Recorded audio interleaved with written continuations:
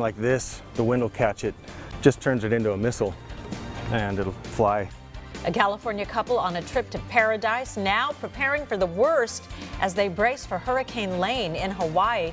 Good evening, I'm Stephanie Barugian. Thank you for joining us. I'm Evan Onstott. Hurricane Lane continues to unleash on the Hawaiian Islands as emergency preparedness is amping up.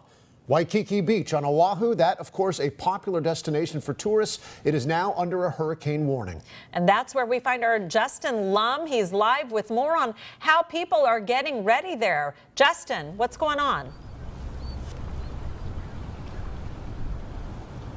Steph, Evan, good to hear you guys. Now, since we got to Honolulu for hurricane coverage, we've been focused on how residents and tourists have been preparing for this approaching storm. But what about visitors who have sailed here to the main island? Well, last night, we actually met a couple from the San Francisco Bay Area, and they set sail on July 9th and arrived 14 days later in Kaneohe Bay. Then they came here to Waikiki and have been docked here behind me since just before August, and now they have to face Hurricane Lane before heading home.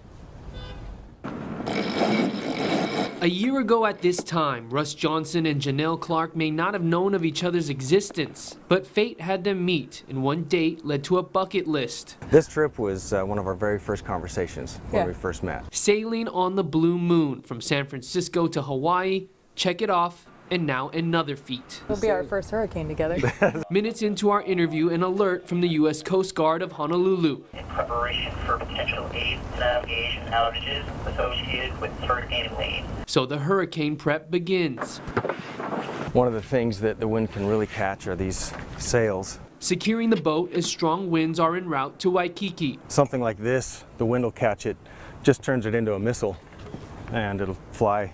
Russ and Janelle aren't just preparing the Blue Moon to sail back home. They're headed to the North Pacific Ocean, first for a passage through the Great Pacific Garbage Patch. And what exactly is the Garbage Patch? All of the trash that ends up in the ocean from the coastal waters from every country ends up finding its way into this naturally occurring circular current, and it gets trapped there. Once the storm passes, Russ and Janelle plan to navigate the Pacific Ocean into a large area of swirling plastic debris. Working with a professor from the University of Hawaii, the couple will dive into the garbage patch and attach tracking devices onto debris for researchers to study. These are bigger things than what you normally see, and a lot of these came from the tsunami. An expedition delayed by Hurricane Lane, but they're ready, equipped with an advanced radio system and GPS. People have navigated over the oceans for centuries with a lot less than this. As for food and water, not an issue. The couple is set for months. So we've got dry provisions in here, which we've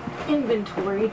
We keep a lot of things under the bilge. You can see in here there's some dry milk. But for now, they'll hunker down, safe inside the Blue Moon. A relationship that started 8 months ago is facing a possibly historical event. One of the first things I loved about him when I met him was that he was as crazy as I was and wanted to do something like this.